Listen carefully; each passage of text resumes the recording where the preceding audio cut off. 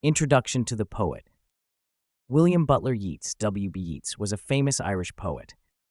He was born in 1865 and died in 1939. He was also a dramatist, playwright, and one of the most important people in modern literature. He loved nature, Irish culture, mythology, and spiritual ideas. Yeats won the Nobel Prize in Literature in 1923. One of his most famous and simple poems is The Lake Isle of Innisfree. Introduction to the poem. The poem was written in 1890. It is a lyrical poem, which means it expresses the poet's personal feelings. The poem talks about a place called Innisfree, which is a small island in a lake in Ireland. Yeats writes about how he wants to go there to live a peaceful life, away from the busy and noisy city.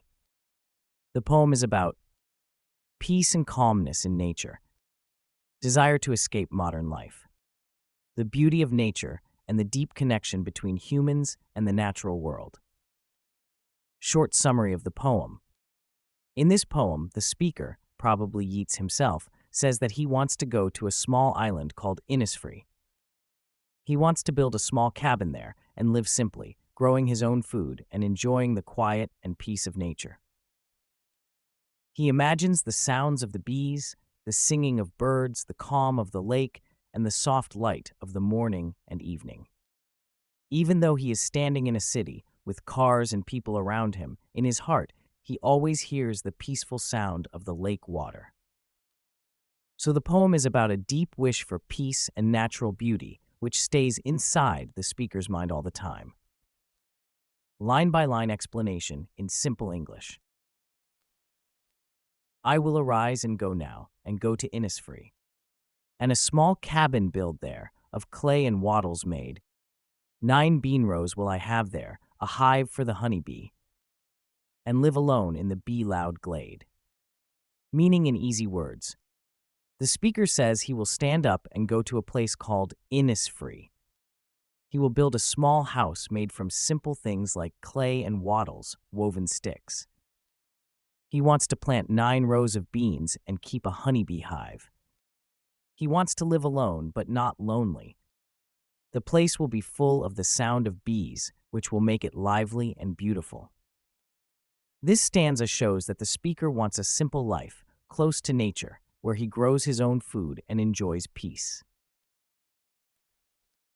And I shall have some peace there, for peace comes dropping slow, dropping from the vales of the morning to where the cricket sings.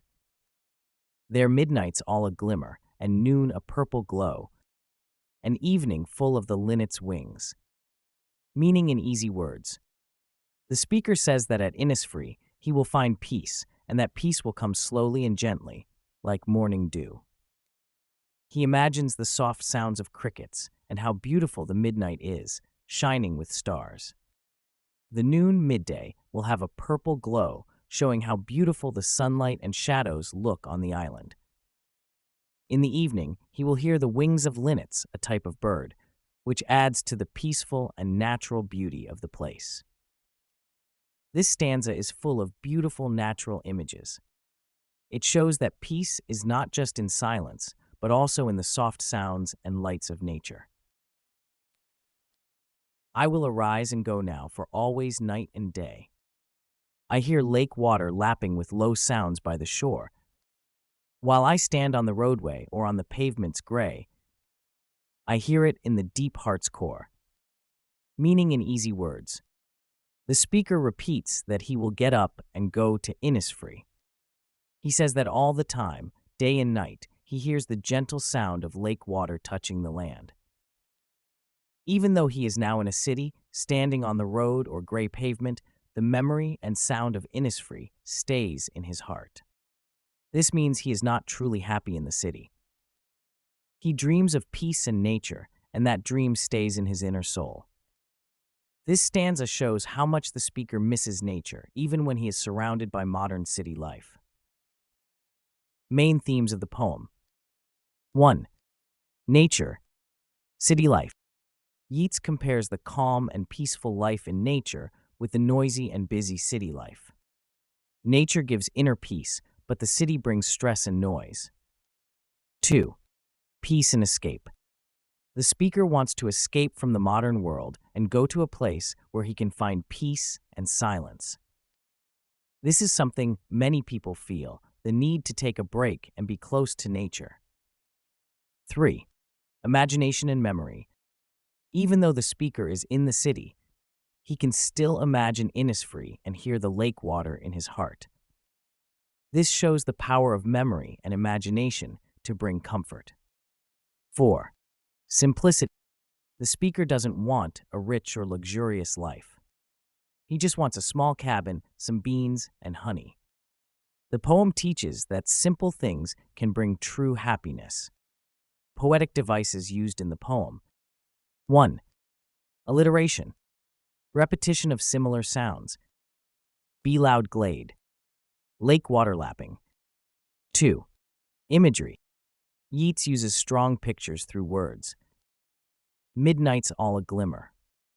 Noon a purple glow. Evening full of the linnet's wings. These lines help us see and feel the scenes clearly. 3. Repetition. The line, "I will arise and go now," is repeated to show strong desire. It also adds rhythm and emotion. 4. Innisfree is not just a place. It symbolizes peace, simplicity, and natural life. The lake water symbolizes the calmness of the soul. About Innisfree. Innisfree is a real island in Lough Gill, a lake in County Sligo, Ireland. Yeats visited this place when he was young and never forgot its peace and beauty. But in the poem, Innisfree is also a symbolic place, a place of inner peace and happiness. Why this poem is still popular. It speaks to people who feel tired of busy city life. It offers a vision of a better, peaceful life close to nature. The language is simple, the images are beautiful, and the message is universal.